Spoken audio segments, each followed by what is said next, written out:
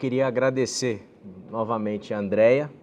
Muito obrigado pela oportunidade, pelo espaço. Agradecer ao professor Pondé, o Labo, que de fato possibilita essa plataforma para a gente poder pesquisar e compartilhar a pesquisa, né? Agradeço também o William, em especial, por ter preparado aí a câmera, né? Porque acaba que todo esse conteúdo, toda essa minha fala aqui, acaba sendo também...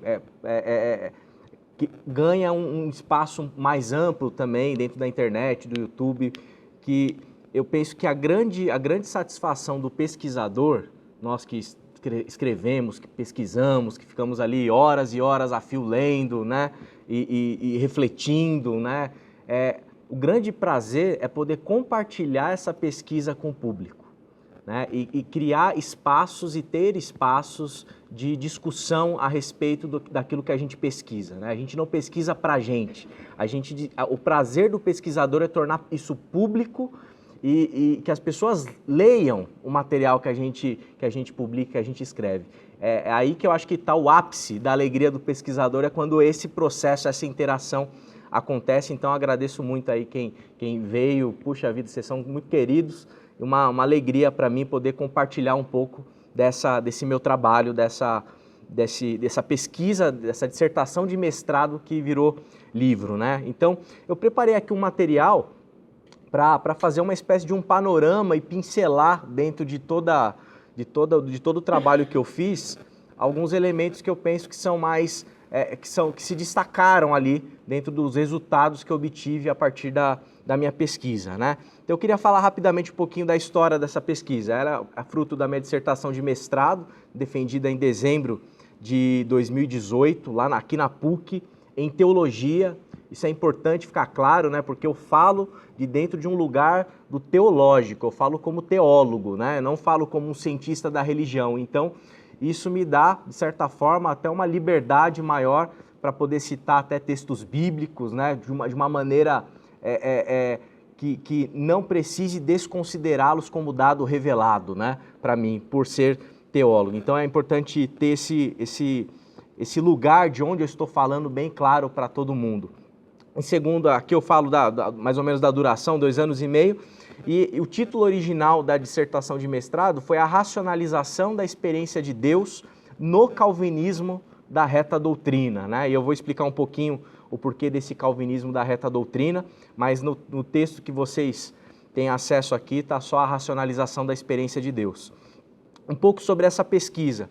O grande objeto que eu desejei investir tempo para investigar é o processo em que se dá essa racionalização da experiência de Deus. Ou seja, a experiência de Deus, essa experiência mística, como que quando uma pessoa diz que teve uma sensação, como diz o Bernard McGinn, né, um autor importante que fala sobre mística, essa percepção da presença de Deus na sua vida, como que se dá esse processo que racionaliza esse contato direto com o sagrado dentro da instituição religiosa?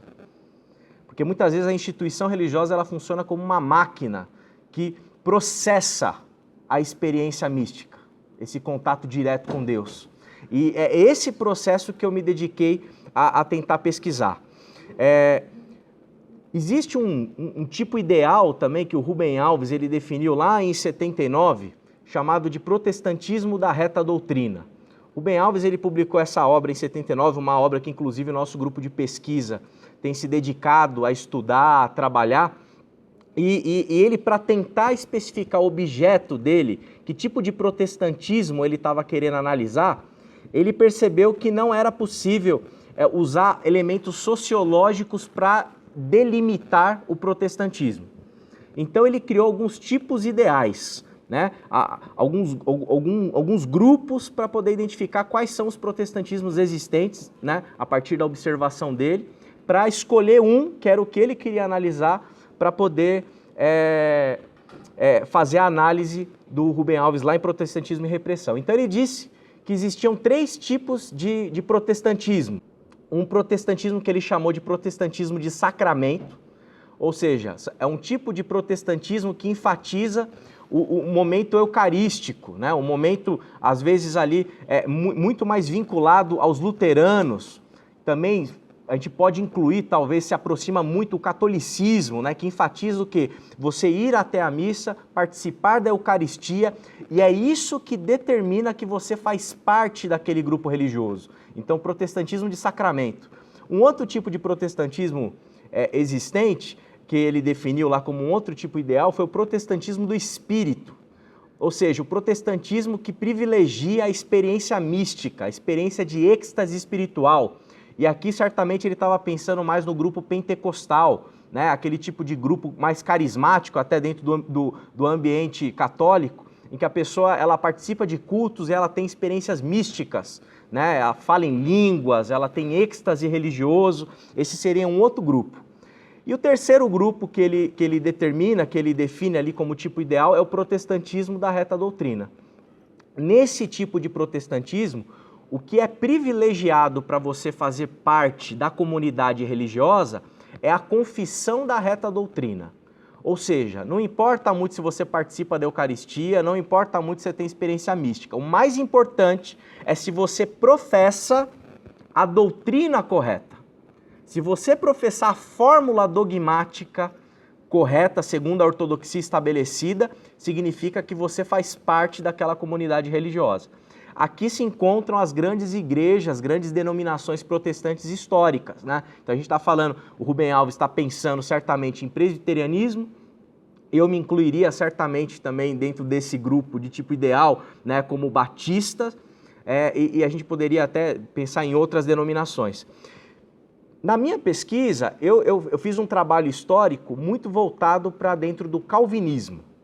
Então, eu fiz uma ressignificação do tipo ideal do Rubem Alves de 79, e ao invés de chamar de protestantismo da reta doutrina, que é uma coisa um pouco mais abrangente do que eu queria trabalhar, eu fiz um recorte específico dentro do universo calvinista, né, dentro da teologia reformada, dentro muito mais próximo e alinhado com o presbiterianismo, e por isso eu ressignifiquei para calvinismo da reta doutrina, em virtude da metodologia científica que eu adotei e dos passos que eu fiz no passado para poder identificar o que produziu esse tipo ideal de protestantismo da reta doutrina. Então, como eu revisitei, por exemplo, o próprio João Calvino, eu julguei por bem ressignificar o meu objeto. E eu trabalhei a partir de causas e sintomas. Então, quais são os sintomas de que a experiência de Deus está sendo submetida a um processo de racionalização dentro deste calvinismo da reta doutrina, né? O que a gente pode identificar de sintoma que a gente consegue perceber, puxa, aqui está acontecendo um processo de racionalização. E também através de causas. Quais são as causas que produzem esses sintomas, né? Ou seja, quais são as causas que desencadeiam um processo que visa racionalizar a experiência de fé de um indivíduo. E para trabalhar os sintomas, eu fui trabalhar justamente o Protestantismo e Repressão de 79, que embora façam 40 anos de publicação, foi publicado em 79, né, em 2019 agora completam 49 anos, 40 anos, a gente percebe até como grupo de pesquisa que a obra continua muito atual, muito pertinente e fala muito do nosso contexto religioso contemporâneo.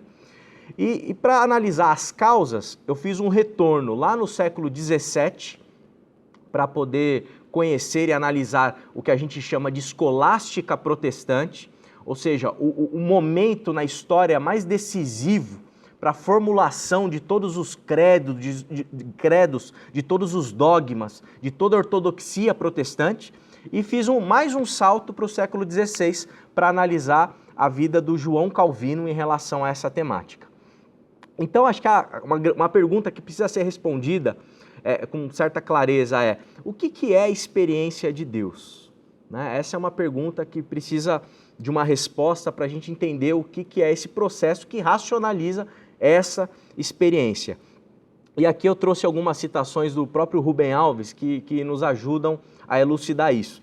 Lá num livro dele de 2013, O que é Religião, ele diz o seguinte, que essa experiência religiosa não é algo que se construa, mas algo que nos ocorre de forma inesperada e não preparada, como uma brisa suave que nos atinge, sem que saibamos de onde vem nem para onde vai, e que experimentamos como uma intensificação da vontade de viver, a ponto de nos dar vontade de morrer, se necessário for. Ou seja, o que o Rubem Alves está dizendo aqui? Que a experiência de Deus, a experiência mística, ela não é uma coisa que acontece de uma forma planejada. A experiência de Deus não acontece dentro de um laboratório. A experiência de Deus, ela acontece de uma forma inesperada.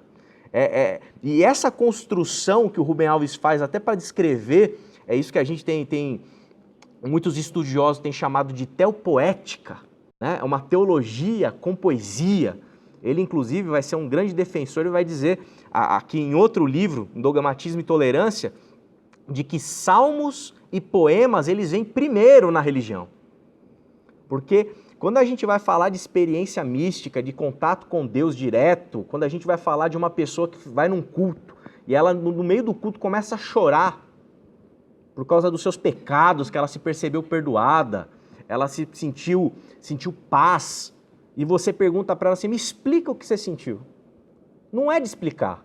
Então, está dentro dessa categoria de salmos e poemas, né? Só que o Rubem Alves ele diz o seguinte, que esses salmos e poemas pertencem à origem, né, dessa religião. Então, essa primeira experiência é salmo e poema, preservando o quê? Aquele espanto primordial frente ao sagrado, né? Ou seja, ele está falando de espanto, e quando a gente tem essa experiência mística, é esse o tipo de vocabulário que a gente precisa escolher para poder descrever isso que está acontecendo. É uma coisa que deixa a gente espantado, a gente fica extasiado diante do sagrado. Aí ele diz assim, já os tratados de teologia e as explicações doutrinárias são construções tardias, depois que passou o amor e a dor se foi, depois que o espanto acabou e ficou vazio. Então, depois de um processo que a gente é submetido a uma experiência mística, uma experiência de Deus consagrado, existe um momento de reflexão dessa experiência, que pode culminar num processo de racionalização da fé, que dentro desse objeto, protestantismo da reta doutrina, que eu estou chamando de calvinismo da reta doutrina, na verdade é o que vai valer. Se você teve uma experiência mística ou não, no calvinismo da reta doutrina, analisado aqui, pouco importa. O importante é o quê? É você professar o dogma, a teologia, a explicação doutrinária. É isso que vai contar. E é interessante que quando a gente vai para a Bíblia, para o texto bíblico, e a gente analisa, por exemplo, João, capítulo 3, de 1 a 8, a gente vê a história de Jesus interagindo com Nicodemos. E o Nicodemos fala assim para Jesus, fala, poxa vida, como que funciona esse negócio de fé? E Jesus vira para Nicodemos e fala assim, ó, é necessário nascer de novo. Aí o Nicodemos vira para Jesus, obviamente, e fala assim, que papo é esse de nascer de novo, Jesus? Como que eu vou nascer de novo? Tem que voltar para a barriga da minha mãe? Como que funciona esse negócio de novo nascimento? Aí Jesus vai falar para o Nicodemos, ó, é necessário que você nasça da água e do Espírito. Por que Jesus usa essa figura de um novo nascimento? Porque a experiência mística, a experiência de Deus, é uma coisa que para você entender ela, para você tentar descrever, são necessárias metáforas. Em outro momento, Paulo, lá em Gálatas, em vários momentos na literatura paulina, ele vai falar de estar em Cristo, estar no Espírito. O que é isso? Isso é a forma, é a linguagem, é o vocabulário para poder descrever uma coisa que está acontecendo dentro de um ambiente, de um âmbito completamente subjetivo, o âmbito da fé. É salmo e poema, então não tem muito o que explicar, é estar em Cristo. Em Romanos ele vai falar também, o apóstolo Paulo, ele fala sobre a morte do velho homem, ou seja, é outra figura, o velho homem morrer para o novo homem nascer. E se a gente fosse continuar na literatura bíblica, a gente poderia voltar lá para a sarça ardente do Moisés, uma experiência também mística.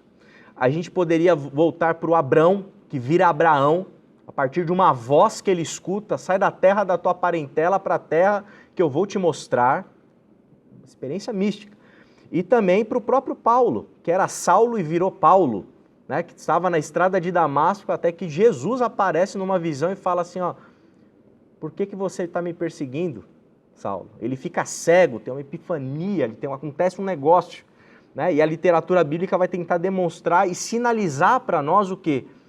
Que existem homens e mulheres que tiveram experiências místicas, experiências de Deus, que para a gente explicar ela, a gente vai ter que chamar de novo nascimento, a gente vai ter que chamar de estar em Cristo, a gente vai ter que falar de morte do velho homem, porque não dá para descrever, é difícil descrever isso de uma forma científica, de uma forma lógica, né? Então isso está bastante presente dentro da literatura bíblica. E eu vou para o primeiro capítulo do livro. O que eu tento fazer aqui no primeiro capítulo? Eu faço um processo inverso. Eu, com a intenção de conscientizar o leitor da importância dessa temática e da importância desse processo de racionalização, eu começo mostrando os sintomas, para poder mostrar, talvez, elementos que sejam mais chocantes diante do que acontece dentro desse fenômeno da racionalização da experiência de Deus. E numa primeira parte eu analiso a conversão desse protestante. Como que o protestante, o calvinista da reta doutrina, ele se converte. Então eu vou lá para o Rubem Alves e tento fazer essa análise a partir do referencial dele. E eu cheguei numa série de sintomas aqui que a gente pode observar e eu vou pincelar alguns desses sintomas para a gente poder discutir, bater esse papo aqui nessa noite. O primeiro deles é que no CRD é possível perceber que o tempo presente, o hoje, o agora, ele perde a importância, se distanciando da realidade da vida no agora, que é o local da experiência de Deus. Dentro desse grupo de protestantismo, quando a gente pensa no presente, no contemporâneo, no hoje, no agora, no atual, que é o lugar em que a experiência de Deus acontece. Para você ter uma experiência de Deus, um fiel ele precisa ter a experiência no hoje, tem que ser no culto de agora. Ele não consegue voltar para Genebra do Calvino para ter experiência mística. Né? É hoje, e também não consegue para o futuro, é agora. E a gente percebe, analisando esse tipo de protestantismo, que o presente é uma coisa cristalizada. Os fiéis, eles são movidos por todo um tradicionalismo que está construído no passado. Toda a construção dogmática, toda a doutrina, ela não está acontecendo no presente, ela já foi construída no passado. E professar o passado é ser um crente fiel. Professar o que foi construído no passado é ser um bom cristão ali dentro da sua comunidade. Professar o passado é estar inserido dentro da comunidade religiosa. É assim que funciona. Então, o presente é um lugar em que você continua professando as mesmas doutrinas que já foram construídas. O presente não é um lugar para criação, não é um lugar da criatividade, não é um lugar de você pensar o mundo contemporâneo dentro ali da comunidade de fé e analisar o que você pode fazer como comunidade de fé para o seu bairro, para o seu país, para os dilemas sociais que estão acontecendo. O mais importante é você proferir a doutrina correta, construída lá no passado. Um outro sintoma, a comunidade religiosa, ela é a detentora de uma interpretação prévia daquele que tem a experiência de Deus. Então, o que acontece na comunidade religiosa desse tipo de protestantismo? A pessoa que chega na comunidade e teve uma experiência de Deus, ela ainda não está sabendo. Mas toda a comunidade que já está estabelecida ali já tem uma interpretação daquilo que ela viveu. Se você chegar para a pessoa que teve a experiência mística, a experiência de Deus, e perguntar para ela, me explica o que você viveu. Ela vai dizer e responder o seguinte, olha, não importa muito eu explicar, eu estou sentindo uma paz aqui, eu tô perto de Deus, aconteceu um negócio comigo e tá jóia, eu não estou querendo muita explicação, porque não é um momento de explicação. A comunidade vai olhar com um olhar com desconfiança e vai dizer, logo você vai descobrir a interpretação, porque a gente já tem a interpretação de tudo o que aconteceu. E essa pessoa ela vai adentrando a comunidade, se submetendo a todo um processo que tem uma relação aí de mestres e discípulos, e ela vai ganhando todo um repertório teológico para explicar aquilo que é inexplicável. Ela vai passar a entender aquilo que não é de entender.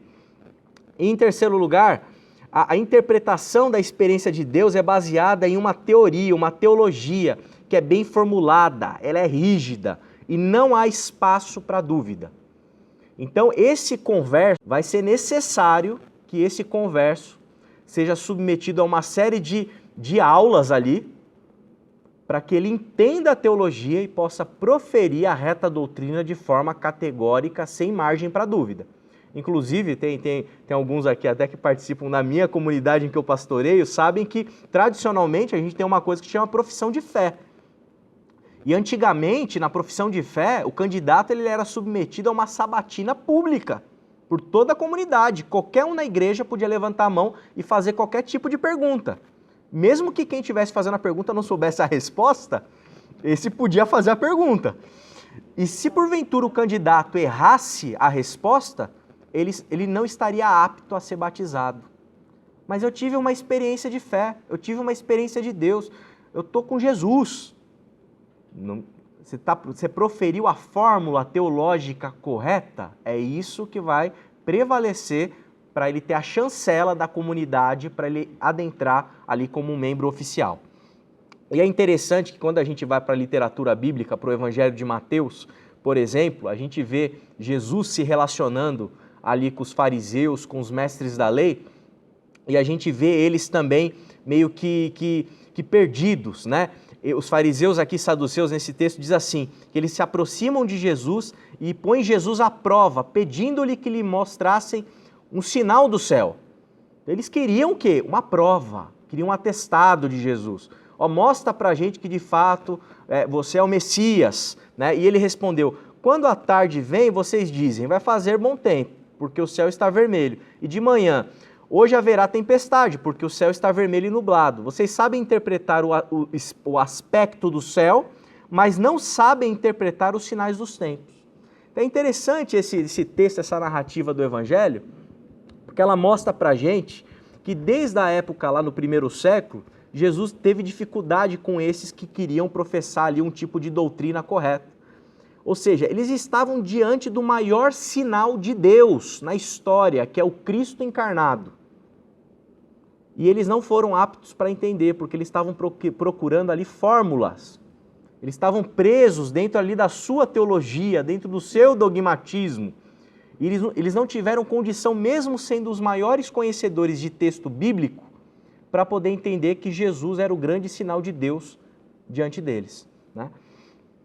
Uma outra etapa de análise de sintomas diz respeito à teoria do conhecimento protestante. Aqui eu vou sair da conversão do protestante e vou começar a pensar como que o protestantismo organiza o seu pensamento.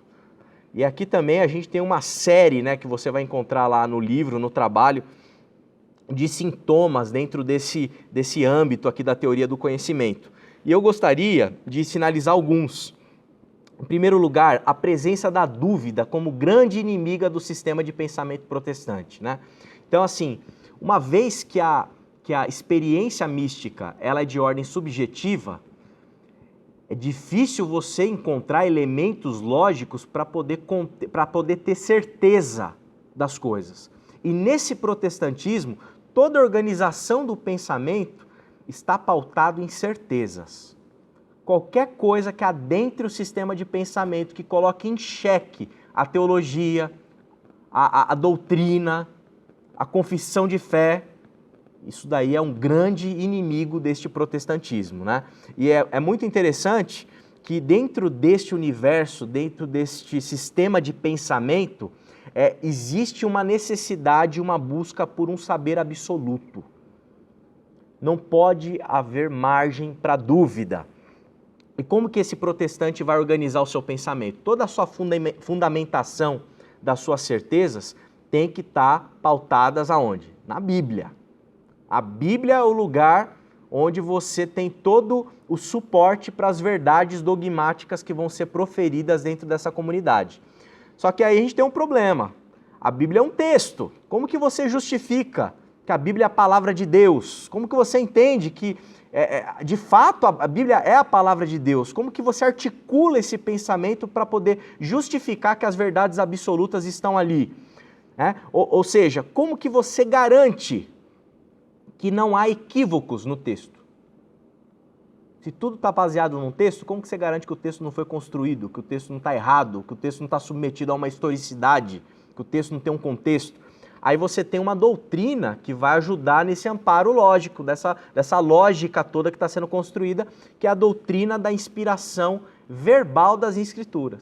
Então você tem que aderir a uma ideia de inspiração, e aqui é importante fazer um parênteses. Dentro de teologia, existem vários conceitos de inspiração, né?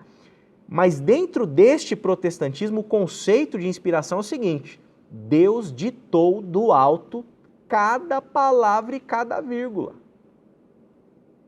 Tudo o que é formulado dentro dessa doutrina do protestantismo da reta doutrina foi ditado do céu.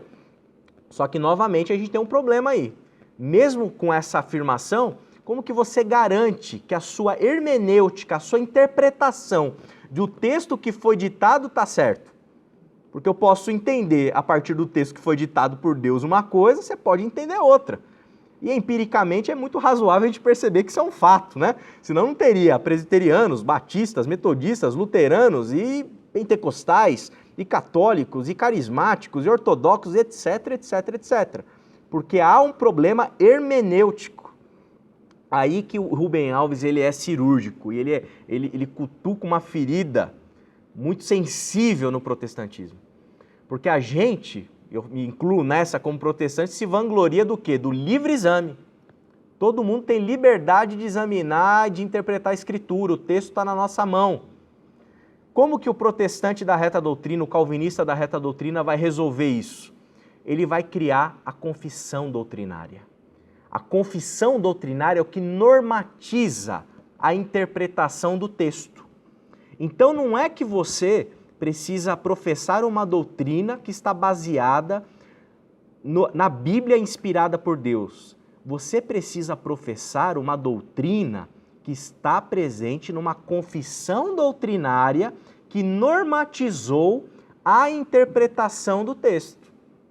É isso que é objeto de fé. A fórmula dogmática está na confissão. E o Rubem Alves vai dizer o seguinte, que isso é equivalente ao tão criticado magistério da Igreja Católica. Porque dentro da Igreja Católica, você tem para normatizar a interpretação os padres da Igreja, dentro do magistério, que definem como que a Bíblia vai ser interpretada. Dentro do universo protestante, o Rubem Alves vai dizer, é a mesma coisa. Você tem a confissão doutrinária para dizer também como você tem que interpretar o texto, né? E tudo isso com esse objetivo, criar um sistema de pensamento em que você tem um saber absoluto das verdades religiosas, bíblicas, teológicas ali descrito. Mais um sintoma. Consequentemente, isso vai produzir sectarismo. Então, quando a gente fala assim que o protestante, ele se divide, existem muitas denominações protestantes por conta do livre exame, Rubem Alves vai dizer o contrário, vai falar, é justamente o oposto. É justamente porque é rígida a interpretação é que são produzidos os cismas. O cisma é produzido porque eu não admito que haja na minha comunidade alguém que batiza por aspersão. Tem que batizar por imersão. Senão você vai ter que sair, aí você sai e cria a sua denominação. Aqui não aceita pastora, tem que ser só pastor. Isso tem um peso de verdade absoluta. Por quê? Porque é o texto, a palavra de Deus que está dizendo, ditada do alto. Então você tem que sair, aí que se cria outra denominação. Aqui eu creio no dom de línguas, lá eu não creio. Racha, cisma. Então é justamente a ausência do livre exame, dentro desse tipo de calvinismo da reta doutrina, dentro desse tipo ideal, que provoca o sectarismo. Né? Então os protestantes são cheios de inimigos. Presbiteriano para batista muitas vezes é primo, se brinca, não é irmão, é primo. O que está por detrás disso? Sectarismo. Né? Não consegue admitir pontos doutrinários, verdades absolutas ali, dogmas. Então você tem que se separar.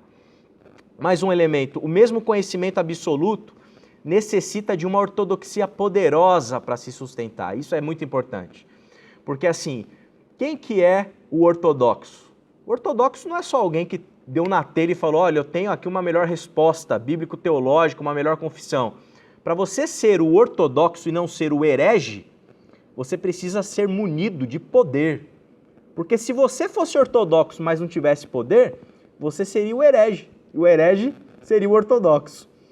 Então, estar munido de poder é muito importante dentro desses ambientes eclesiásticos que o Rubem Alves vai descrever e dentro deste protestantismo da reta doutrina, né?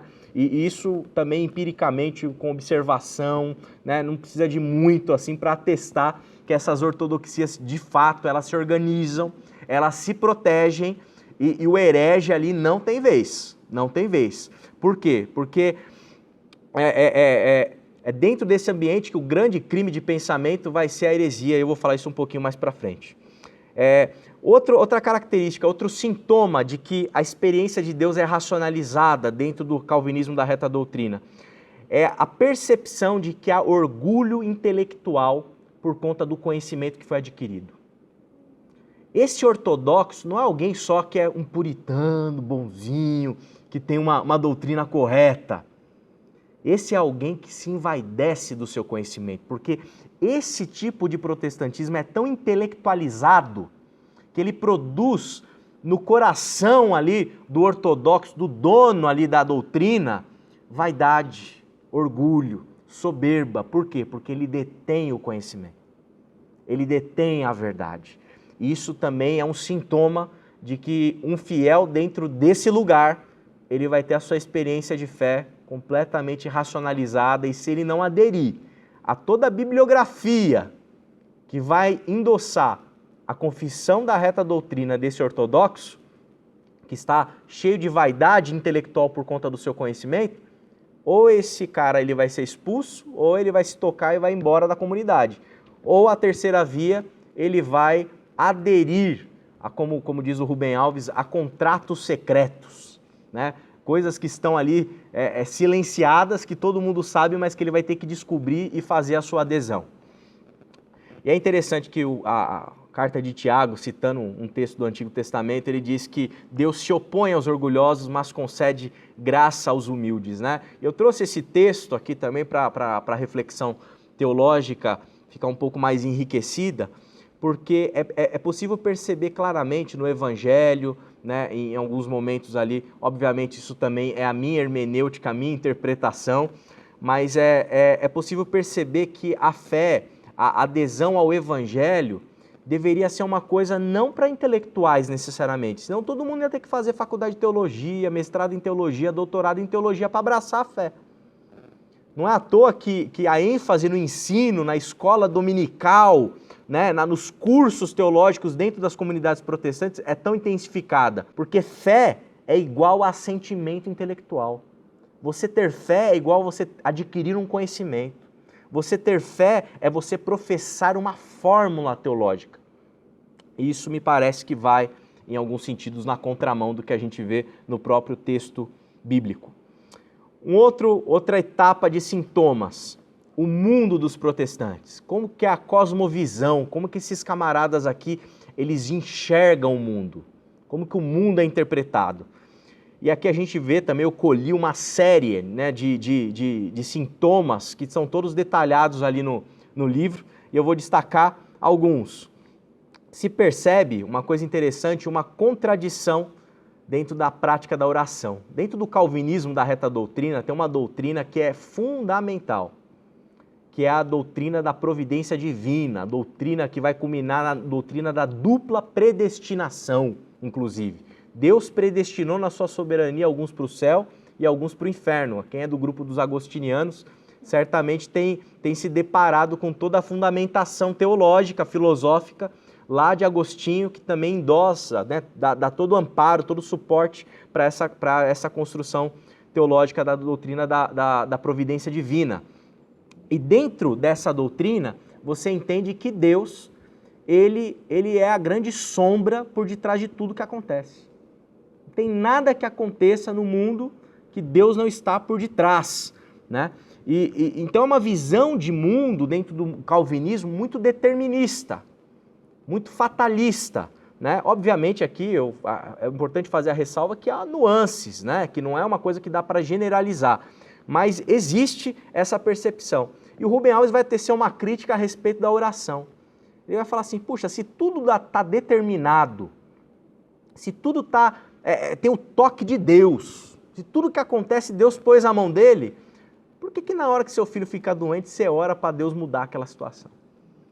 Então ele vai para a psicanálise, ele vai trazer o Freud, né, que faz uma análise ali dentro de um ambiente dos mágicos, né, como que eles trabalham, né, que o mágico é aquele cara que quer fazer a magia, né, a ideia de que você olha isso aqui, você vê que é uma madeira, e a magia ela tem que transformar a madeira numa coisa que ela não é. E ele diz que é esse o comportamento do fiel dentro dessa lógica, dentro dessa cosmovisão. Está tudo determinado, está tudo previsto. Mas quando o mal chega na vida do fiel, ele ora a Deus. E a oração é a revolta, é o último elemento de revolta e subversão contra toda a teoria do conhecimento que está estabelecido. Então ele entende que Deus é soberano sobre tudo, mas na hora que a mulher dele que está com câncer, ele pede para Deus curar o câncer e que aquela verdade, aquilo que está posto, não seja a verdade e se transforme numa outra coisa. Né? Então Rubem Alves tece uma crítica, né, a respeito dessa contradição dentro desse protestantismo. Ele passa a existir também uma fisionomia do salvo, porque muito embora o camarada vá e professe a reta doutrina, dentro da comunidade religiosa, é importante que o crente, que o fiel, que o que se converteu tenha jeito de crente. Porque como que você vai atestar se a experiência de Deus dele foi de fato verdadeira ou se ele não mentiu na hora de professar a reta doutrina? Então você passa a ter um acento muito importante aí dentro de questões muito relacionadas às vezes até à moralidade. Então o crente tem que ser alguém que não tem vício, tem que ser alguém que tem um casamento bem sucedido, mesmo que seja aparentemente, tem que ter. Ele tem que ter uma vestimenta correta, né? Tradicionalmente, algumas décadas atrás, isso era ainda mais acentuado. Mulher não poderia usar calça, né, na igreja. Então, é esse nível que chega e isso passa por aqui. Existe toda uma ética que determina, né? Então, o crente não pode fazer uma série de itens, né, que demonstram exteriormente que, de fato, ele tem jeito de alguém que se converteu.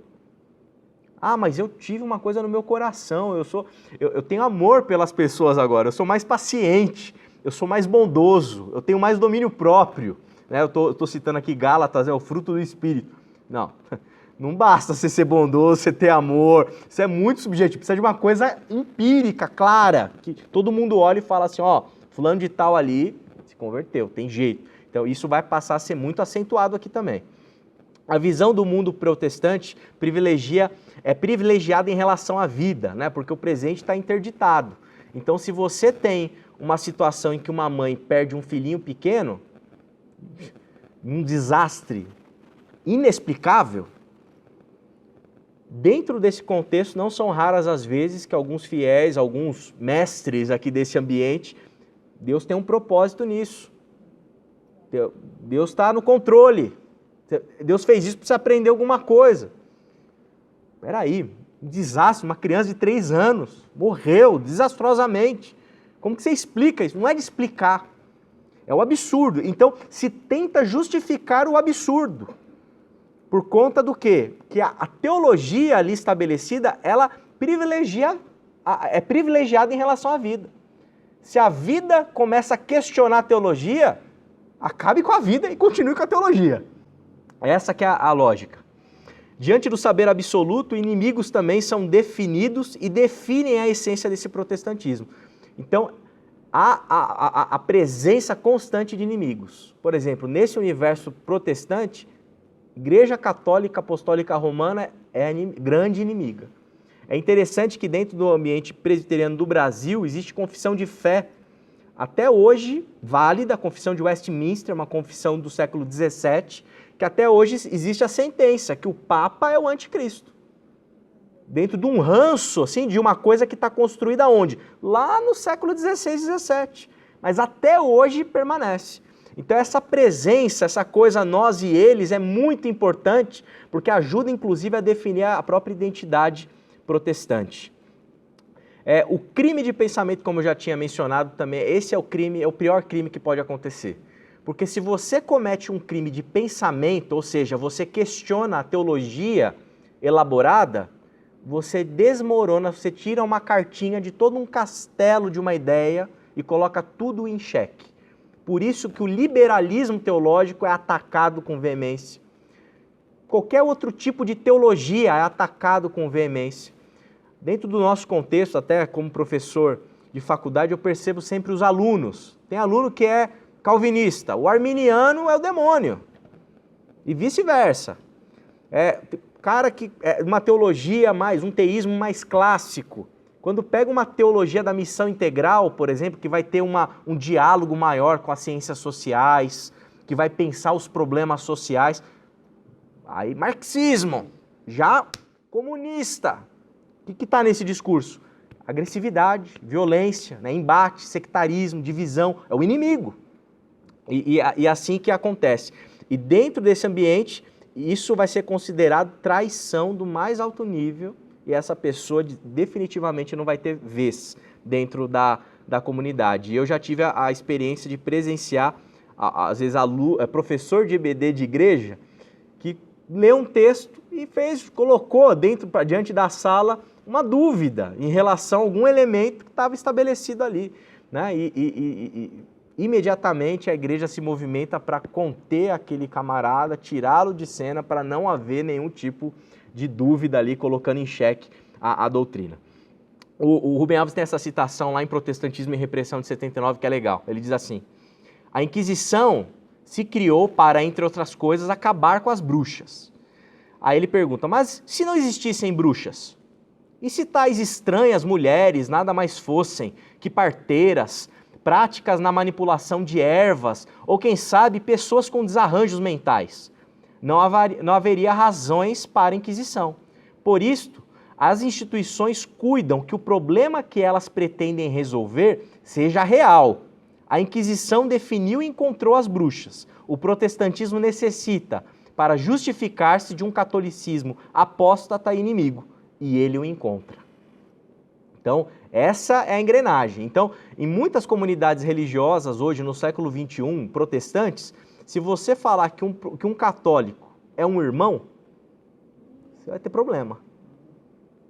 Mesmo séculos, a gente está falando de 4 séculos quase depois, de todo um imbróglio histórico complicado que houve mesmo, né? Mas isso prevalece, né? E outros inimigos que eu já citei aqui. Aí eu chego nas causas. Quais são as causas? O que levou esse tipo de protestantismo a produzir estes sintomas em que a possibilidade de você fazer uma experiência de Deus nesse contexto é uma impossibilidade? E eu vou trabalhar especificamente aqui no 2º capítulo, século XVII, a escolástica protestante, o escolasticismo protestante, e levanto aqui uma série de causas que são trabalhadas aí no livro e eu só vou pincelar algumas. E a primeira delas que eu queria comentar é a necessidade de constante reafirmação da identidade do protestantismo. Lá no passado, depois da Reforma Protestante, houve o que é chamado de Contra-Reforma Católica. E essa Contra-Reforma Católica ela está muito presente, ela se manifesta principalmente dentro de um concílio chamado de Concílio de Trento. É nesse Concílio de Trento que uma série de doutrinas protestantes ali que estavam circulando, elas vão ser combatidas. E é muito interessante que o Paul Tillich, ele vai dizer o seguinte, que nesse processo de embate, nessa Contra-Reforma, o protestantismo reagiu e o catolicismo reagiu também. E as identidades de ambos os grupos foram transformadas a partir dessa rixa, dessa briga, dessa tensão. Então, é lá atrás, é dentro dessa escolástica que existe esse ambiente que é forjado para que o comportamento desse tipo de protestantismo seja sempre bélico, seja sempre agressivo, seja sempre arredio e tenha sempre como inimigo Roma. Isso, o nascedouro desse problema está lá na escolástica, porque a escolástica vai se organizar para responder a esse concílio de Trento, a essa contra-reforma católica. Uma outra causa, existe uma descontextualização do papel das confissões doutrinárias no contexto da ortodoxia protestante. Então, o que se percebe? Que essas confissões doutrinárias que são produzidas e geradas lá no século XVII, elas têm o seu próprio ambiente. Elas são produzidas dentro de um ambiente religioso específico, dentro de um contexto social específico, dentro de um contexto econômico específico, dentro de uma Europa em que você ter uma doutrina ou ter outra define a que rei você se submete, por exemplo. Define os seus acordos comerciais. Define se você vai fazer negócio com um país que é católico. Isso é interessante porque quando a gente pensa na tensão protestantes e católicos, isso fica evidente. Se o país professa que ele está aderente, ele está fiel ao Papa, país católico. E se não é fiel ao Papa, é protestante. Mas o problema fica um pouco mais complicado quando você vai para o protestantismo. Como que você define doutrinariamente um país que é calvinista e luterano? Porque a confissão doutrinária ela ganha um peso de determinação de que tipo de país você é. Então tem uma questão de Estado aqui muito presente com a religião. E dentro do protestantismo, a grande doutrina para ajudar a definir, separar quem é calvinista de quem é luterano, foi a doutrina da predestinação. Então você ser da doutrina da predestinação significa que seu país ele é calvinista, ele não é luterano, porque haviam tensões até políticas e econômicas entre esses países de ordem protestante. E a causa, por que essa é a causa? Porque há uma incompreensão, não se revisita o passado para entender isso e se perpetua uma confissão doutrinária desse século, do século XVII até hoje. E hoje, no século XXI, a gente está no Brasil, a gente não está na Europa. A Europa não está em pé de guerra por conta de religião. Em alguns aspectos, sim, né? Mas não era aquela Europa sangrenta do século XVII, banhada a sangue por motivos de guerras religiosas. E não há essa atualização. Existem também aqui elementos teológicos, né? O Paul Tillich vai trazer isso à tona, né? A questão do princípio formal e do princípio material. O princípio formal é a Bíblia, o texto, e o princípio material é a doutrina da justificação pela fé. E o Paul Tillich vai dizer que o Lutero, ele pensou esses dois elementos de uma forma muito interconectadas. Então a Bíblia, ela é importante porque ela revela para nós a doutrina da justificação pela fé, ou seja, que o crente, a pessoa, o ser humano é salvo pela fé somente, não por obras. E ele equaciona essas duas coisas na sua forma de labor teológico. E o Paul Tillich vai dizer que a escolástica protestante acaba com essa tensão e privilegia somente o aspecto formal. Ao invés de defender as duas coisas, defende a Bíblia, o texto. E daí vai desencadear todo um pensamento que é aquilo que a gente falou lá no comecinho do sintoma, que é a ideia de que a Bíblia é a palavra de Deus ditada do céu e que você dali vai tirar todas as suas verdades, né? E ele vai dizer aqui, olha que interessante, em lugar da imediatez do Espírito nas relações entre Deus e os seres humanos, então ele dá uma ênfase até pneumatológica aqui trazendo o Espírito dá testemunho da autenticidade da Bíblia enquanto documento do Espírito Divino. Ou seja, o Espírito deixa de testemunhar e de agir na relação de Deus para com os homens e o Espírito ganha um papel de atestar que o texto está certo. É isso que ele está dizendo. A diferença entre as duas atitudes é que se o Espírito nos diz que somos filhos de Deus, temos uma experiência imediata e não a lei nessa experiência. Mas se o Espírito dá testemunho de que a Bíblia contém doutrinas verdadeiras, a coisa toda deixa de fazer parte dessa relação entre pessoas e se transforma num relacionamento objetivo e legalista. Foi exatamente o que fez a ortodoxia. Então o Tillich aqui ele é cirúrgico, entender essa mecânica, essa engrenagem teológica que a ortodoxia vai construir. Ou seja, a ação de Deus diz muito menos respeito a você e Deus e muito mais a um Deus que atesta que o texto está certo. A partir daí, você privilegia o quê? Fórmulas doutrinárias a partir de interpretações do texto. E isto vai ser determinante para saber se você está dentro ou fora da comunidade de fé. Essa é a base teológica que se encontra lá na ortodoxia protestante e que vai gerar e produzir todos os sintomas que nós vimos e vai colaborar com a racionalização da experiência de Deus. E no último capítulo eu vou para mais uma etapa de causas e eu vou analisar a vida de João Calvino, a biografia do João Calvino, a teologia do João Calvino, para tentar entender, inclusive, se o João Calvino ele era de fato calvinista, né? Essa é uma pergunta que surge, muitos estudiosos debatem. Eu sei que existe um debate ferrenho, né? Me deparei, coloquei até no texto, vocês vão perceber, textos de professores do Mackenzie, né? Da Universidade Presbiteriana, e tem alguns professores lá que defendem com unhas e dentes que sim, e tentam proteger até o Calvino desses que querem acusá-lo de não serem calvinistas, né? E eu faço alguns contrapontos lá que seria muito legal até se depois eles pudessem, quem sabe, ler para ter esse debate, essa discussão, certamente seria muito rico. E eu passo por uma série também de causas aqui a respeito dessa análise do Calvino, e eu vou pontuar só alguns elementos para a gente já ir para o encerramento. Primeira causa, que a compreensão que se trata de um reformador de segunda geração, né? Isso é muito importante. O Richard Miller é um professor especialista em ortodoxia protestante. Ele vai dizer que o Calvino ele não é um reformador de primeira geração. O Calvino não é Lutero. O Calvino vem depois do Lutero.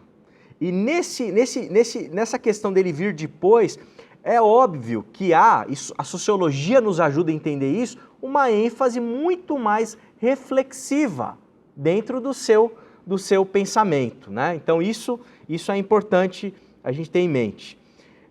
Outro elemento, Calvino possui um tipo de visão mais ampla da reforma, envolvendo aspectos religiosos, políticos, sociais e econômicos.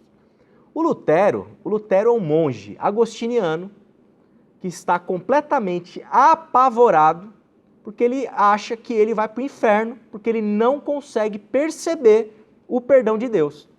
Então ele se confessa para todos os padres que ele pode, ele sobe todas as escadas de joelho, ele reza tudo que ele pode rezar, todos os terços que ele pode rezar, acende vela para tudo que é santo, e ele não consegue se perceber perdoado. É esse o dilema do Lutero. É uma questão existencial, uma questão de fé.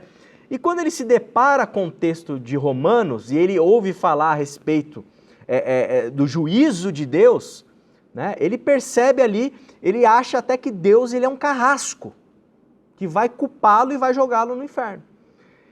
E ele, quando percebe ali, lendo o texto, refletindo no texto, ele tem uma experiência de Deus, ele tem uma experiência mística na leitura dele com o texto de Romanos, e ele se percebe perdoado, porque a justiça de Deus, ele entende que ela foi feita em Cristo Jesus. E como a justiça foi feita em Cristo, no crucificado, ele, na verdade, recebe para a sua vida justiça e perdão divino. E é a partir daí que ele tem um estalo, opa, justificação pela fé. Eu sou salvo, eu sou justificado só pela minha fé. Eu não preciso comprar a lasca da cruz de Cristo, eu não preciso andar de joelho para nenhum lugar, eu não preciso fazer mais nada disso porque eu estou me sentindo agora perdoado. É essa que é a experiência do monge agostiniano, é essa a experiência do Lutero. Obviamente, diante disso, ele está dentro de um contexto em que ele tem um papa ali, Leão X, corrupto, né? Vendendo indulgência, manipulando a fé do povo, e ele começa a escrever umas cartinhas e botar lá na porta da igreja. E obviamente isso ele vai arrumar uma encrenca federal com a ortodoxia católica da época e vai ter que se explicar. O Calvino não. O Calvino ele vem depois desse processo. Então o Calvino, ele não está só preocupado com a justificação pela fé. Calvino não está só preocupado em resolver uma questão existencial. Calvino é um advogado, Calvino é um humanista, Calvino está preocupado em administrar uma cidade dentro de um contexto em que administrar uma cidade, em cuidar do Estado, é cuidar também de religião. Calvino está interessado em política, em questões sociais, em questões econômicas. Lutero está no interior da Alemanha. Calvino está no centro urbano da Suíça, com textos completamente distintos. E ele está se preocupando em elaborar uma teologia para dar resposta a muito mais coisas do que o Lutero. Então, Calvino ele vai diferir muito do Lutero, que tinha uma ênfase maior na experiência de Deus, que em contrapartida o Calvino não tinha. As institutas do Calvino, segundo o Alistair McGrath, um teólogo inglês muito importante, ele vai trazer na biografia que ele escreve do Calvino que a forma da gente entender e compreender Calvino é prioritariamente lendo as institutas. São 4 tomos grandões assim que tem que ler. Não adianta ir para o comentário bíblico do Calvino para entender o pensamento do Calvino, porque onde o Calvino escolheu escrever e deixar as suas análises, os seus pensamentos, é prioritariamente nas institutas. Então, analisando as institutas, né, e a gente percebe o que eu chamei no meu texto de sementes desse protestantismo, desse calvinismo da reta doutrina. Existem sementes lá. Então, por exemplo, a compreensão literal da Bíblia. Aqui eu tenho que ser cauteloso, porque ele não fala isso nas institutas, mas ele fala em um dos seus comentários, ele dá a entender essa ideia de Deus ditar do alto para o autor bíblico um negócio, quase uma psicografia. Acho que a Andréa podia ajudar melhor aí, que ela que é a especialista no espiritismo. Mas aqui ele dá uma brecha, ele cria um pretexto para que calvinistas posteriores pudessem pegar isso daí e pensar numa interpretação literal. Mas é só ali em um dos comentários dele, não é nas institutas. Outro aspecto importante, a busca pela fisionomia do salvo, né? A ênfase que o Calvino dá a respeito dessa fisionomia, a respeito da disciplina eclesiástica, na maneira em que a igreja, no caso ele ali como estadista, né, em Genebra, utilizava para poder disciplinar as pessoas, tinha esse acento também em aspectos que não são interiores. Tinha uma questão exterior importante, né? Então, por exemplo, a gente tem um grande caso, né, Miguel de Serveto, que vai ser acusado ali de heresia e vai ser morto na fogueira, certo? Lá em Genebra, na Genebra de Calvino. Eu explico um pouco essa história, esse fio da meada. O Calvino talvez não seja tão culpado assim, mas tem o dedo dele ali na história, no trâmite burocrático que o levou a tal sentença. E tristemente ele foi queimado na fogueira por um carrasco incompetente, que não era experiente, não sabia fazer o trabalho bem feito. Queimou de um jeito muito mais dolorido do que deveria. Sofreu demais, né? O determinismo também, a questão da providência e da predestinação também está presente em Calvino, né? E eu coloco isso como uma semente. E há de se ser muito cauteloso em relação à maneira dele colocar e explicar a eleição. Calvino vai falar de eleição no 3º tomo, no 3º livro das Institutas e depois do maior capítulo das Institutas, que é sobre oração. Porque para Calvino, a doutrina da predestinação não era o mais importante. A doutrina da predestinação ela servia para explicar o porquê que alguns aderiam à fé e outros não. Essa era a razão de Calvino refletir sobre a predestinação e não fazer dela a pedra angular de todo o seu pensamento. E também a questão do comportamento farisaico, que eu sinalizei lá no começo, né? Essa coisa mais legalista, né? Mais relacionado aí a elementos de interpretações literais da Bíblia, também aparece, tem uma semente no Calvino, porque o Calvino ele enfatiza muito o Antigo Testamento, as leis do Antigo Testamento. Ele cria uma ponte entre Antigo e Novo Testamento, coisa que Lutero é muito mais reticente a se fazer. Então, nesse afã de a Bíblia inteira a palavra de Deus, ele ressalta a lei. E isso pode ter sido uma semente para construir um pensamento, um tipo de pensamento mais legalista, mais com uma doutrina mais rígida e assim por diante. O Calvino tem elementos de descontinuidade em relação aos seus sucessores, né? Então, ele não era um calvinista, né, em muitos sentidos. Quando a gente olha o sucessor dele em Genebra, o Beza, Teodoro de Beza, ele transforma toda a construção teológica ele faz tudo isso a partir da doutrina da eleição. Inclusive tem um diagrama para poder explicar isso. E é a partir do Beza que vai culminar aí em documentos importantes da ortodoxia calvinista, como a Confissão de Westminster e principalmente os cânones de Dort, que é dali que vão surgir os 5 pontos do calvinismo, né? Que o grupo dos agostinianos já deve ter se deparado em algum momento aí, provavelmente até com o Leandro, né? Que é protestante, que conhece isso. Calvino não fez 5 pontos de calvinismo. Não dá para reduzir a teologia do Calvino em 5 pontos. A teologia dele é densa, é sofisticada, é elegante, tem uma metodologia que é indutiva, não dedutiva. Então, é uma coisa muito mais cristológica, é muito complexo entender Calvino. O Beza e os sucessores e os calvinistas dos 17, facinho, 5 pontos você entende o calvinismo. Então, há uma síntese muito acentuada, né? Coisa que o Calvino nos faz. E eu fico meio em cima do muro, dentro da minha dissertação de mestrado original. Eu não entrei muito nesse debate para defender que o Calvino não era calvinista. Então, em alguns elementos, a gente pode ver continuidade do Calvino para com seus sucessores. No livro eu já abri um pouco mais as asinhas, já escrevi lá, Calvino não era calvinista, porque é evidente que ele não era, né? Acho que tem prova mais do que suficiente.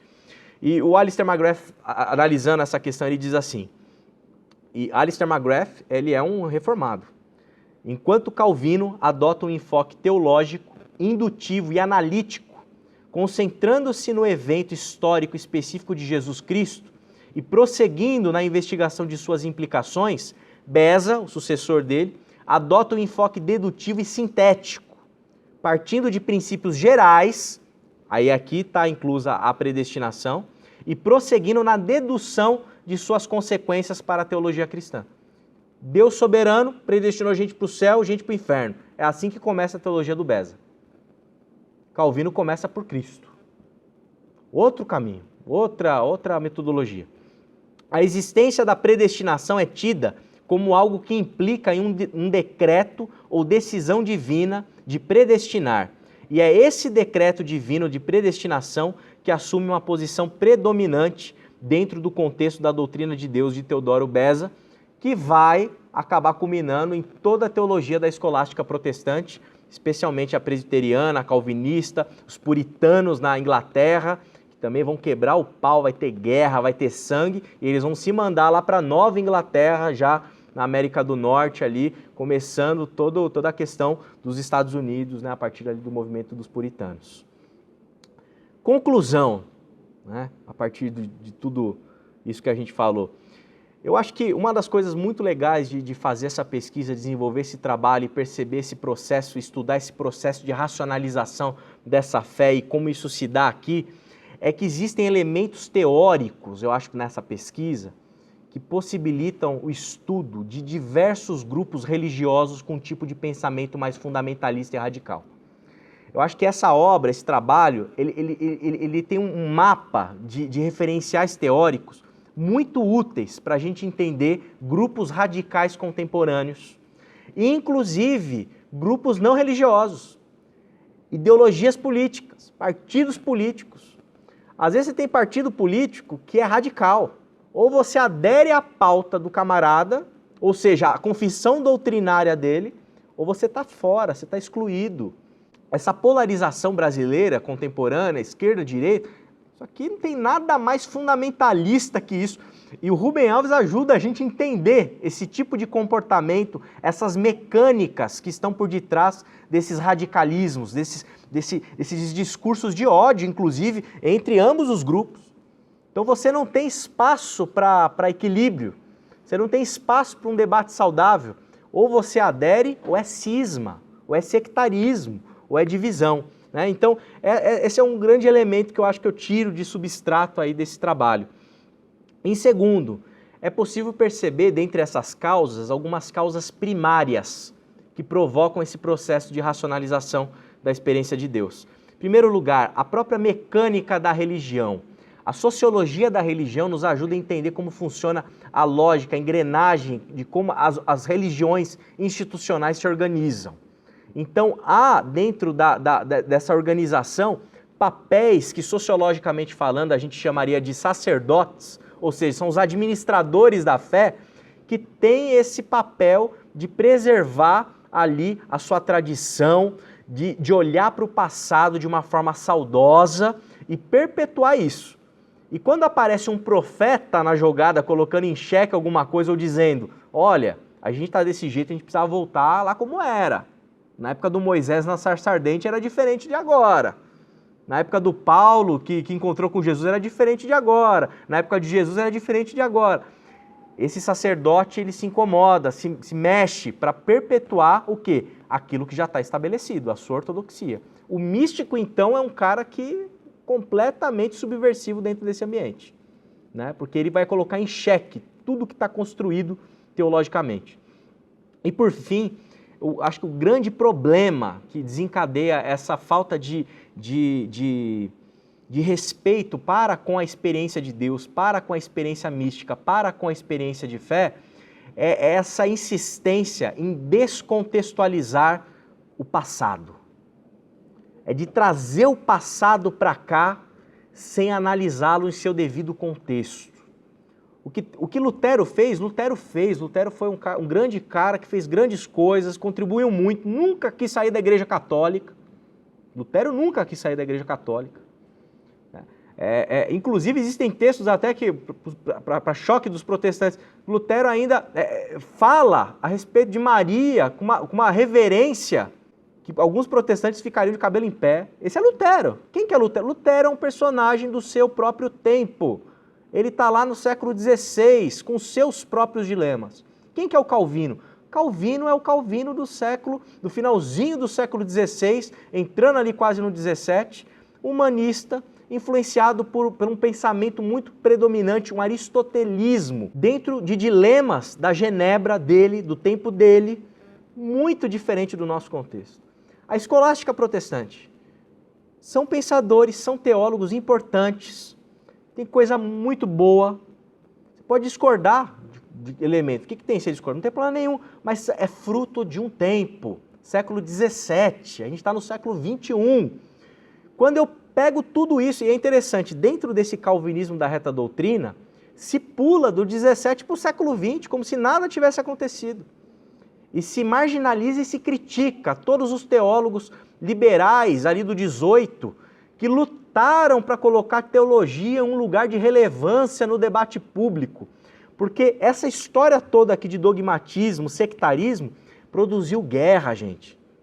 Sangue foi derramado com justificativa de religião.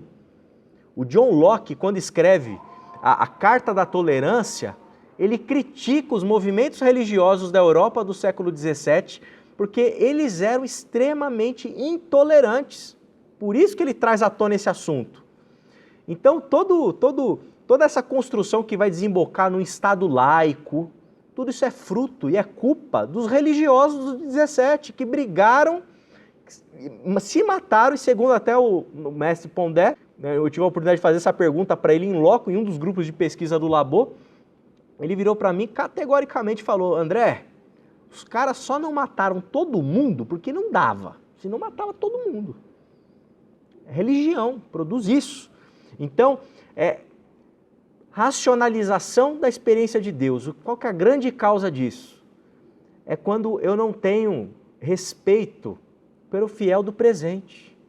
Quando eu quero colocar na mente dele um monte de coisa construída no passado. Quando eu sou um teólogo ortodoxo, intolerante, acho que eu tenho na minha mão a verdade absoluta e única. Esse tipo de comportamento é um tipo de comportamento que causa a racionalização da experiência de Deus. Porque todo mundo que tiver uma experiência de Deus, que colocar em xeque a minha teologia, o meu pensamento, a minha intelectualidade, está fora. Ou você vai ter que entrar na máquina de moer carne da minha religião e se adequar aos meus parâmetros, ou não tem diálogo, não tem conversa, não tem negociação. Tá bom? Para terminar, eu queria citar o Kierkegaard. De propósito, o Rubem Alves ele termina citando, eu terminei citando em homenagem aos 40 anos de publicação da obra. Ele diz assim, se Deus tivesse na sua mão direita toda a verdade e na sua mão esquerda somente apenas o perpétuo impulso na direção da verdade, muito embora acrescido do fato de que estou destinado a errar sempre e eternamente, me dissesse, escolhe, eu escolheria a sua mão esquerda e diria: dá, ó Pai, a verdade pura, na verdade, é para ti somente. Ou seja, eu, como teólogo e obviamente, como alguém da academia, que não é o detentor da verdade. A gente não tem acesso à verdade absoluta. Ter acesso à verdade absoluta é muito perigoso. Isso justifica você mandar os outros para a fogueira. É a partir daí que você tem a consciência limpa de condenar uma outra pessoa que pensa diferente. Então a verdade é somente para ti. E se a gente pensar dentro de uma lógica mais oriental, a verdade é o próprio Deus. Obrigado, gente. É isso aí.